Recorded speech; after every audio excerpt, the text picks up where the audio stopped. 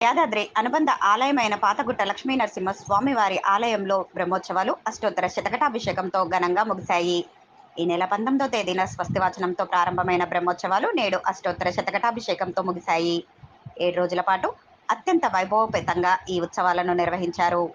పాతగుట్ట ఆలయం పూర్వగిరి లక్ష్మీ నరసింహ స్వామివారికి ఈ ఉత్సవాలను పాంచరాత్ర ఆగమన శాస్త్రం ప్రకారం ప్రత్యేక హోమాది పూజలు చేపట్టారు.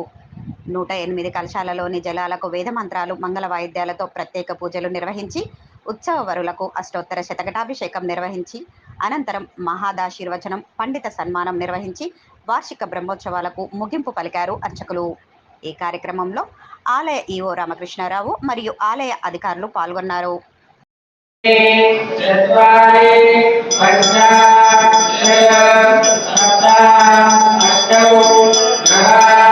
दश